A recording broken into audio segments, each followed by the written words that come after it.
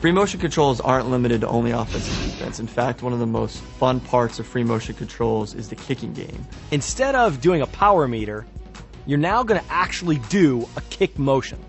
Users will use the Wii Remote to basically mimic their leg of a kicker as they're coming up for the kick. They'll be able to control the power of the kick and the slice of the kick based on the type of gesture that they perform. To kick the ball, you start with the Wii Remote tilted down. Hold the A button to start kicking and then come up. The key is to come straight up. If you tilt to the left or to the right, you're going to slice or hook your kick.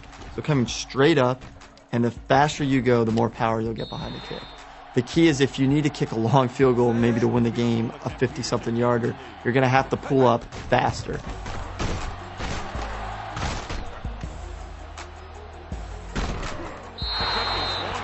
If it's just an extra point or a shorter kick, you want to pull up slower in order to get more accuracy behind it. The first time you go to kick in the game, there's going to be a tutorial that says, learn to kick. If you decide to button in, you're going to get the instructions on kicking, then you're going to be able to practice kicking in the tutorial as many times as you like. It's a good way for a new user to go from having no kicking knowledge to having a complete understanding of how to kick. The Kicking Combine is a Wii-exclusive multiplayer game that gives you the opportunity to learn the controls but also play a really fun multiplayer game. What happens is it can be up to 4 players, one player kicks the ball, and the other players control the wind.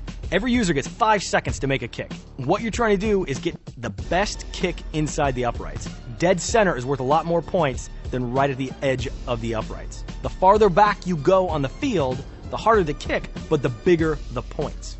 And just to spice it up a little bit, we've taken away the red arrow. So the only way you can aim is by slicing your kick.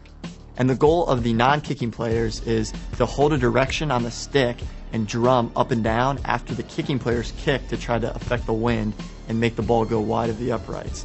However, the kicker, after he's kicked the ball, can also control the wind in the opposite direction.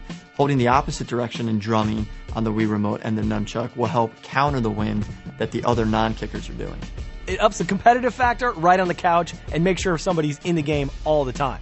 The kicking game is still important as it's always been in Madden, but now with free motion controls, we give you more of that sense and that feeling that you are the kicker. We put you in the shoes, and now it's your turn to make the big kick.